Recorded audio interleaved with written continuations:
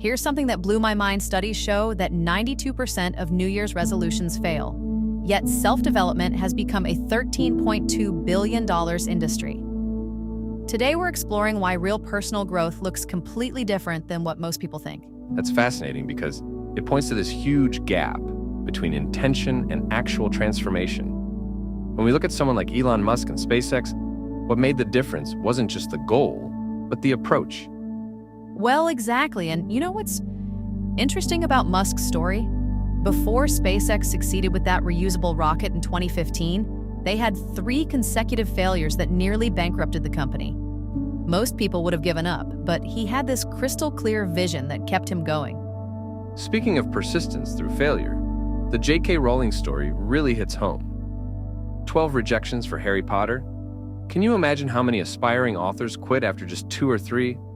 And here's what's wild. Rowling was literally at rock bottom, a single mom on welfare, writing in cafes because she couldn't afford to heat her apartment.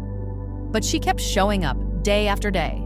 That reminds me of something Ray Dalio said about meditation, that success isn't about avoiding failures. It's about having the mental resilience to learn from them. How do you think that connects to everyday self-development? Oh, that's such a good point.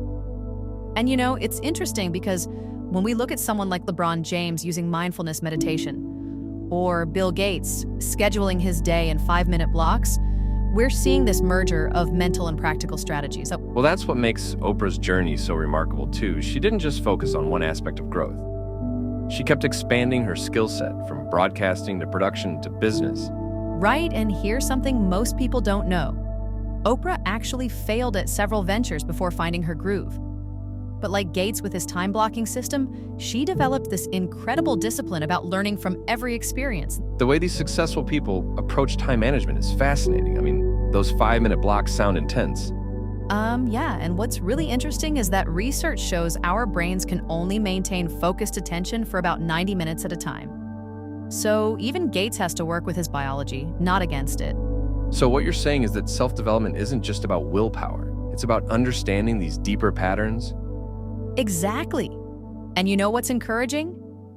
Studies show that small, consistent actions actually create more lasting change than dramatic overhauls. Like someone learning a language through Duolingo for 15 minutes daily will likely outperform someone doing intensive weekend workshops. That really changes how we should think about personal growth, doesn't it? It's less about these huge transformative moments and more about daily habits. Well, and here's what's really exciting. Neuroscience now shows that our brains remain plastic throughout our lives. So whether you're 25 or 65, you can literally rewire your neural pathways through consistent practice. The science behind this is incredible. It's like we're finally understanding the mechanics of how people like Stephen King manage to overcome addiction while building their careers. And what's fascinating is how these principles work at any scale. Whether you're trying to colonize Mars like Musk or just learn to cook better meals, the fundamental process is the same: clear vision, consistent action, and resilience through setbacks.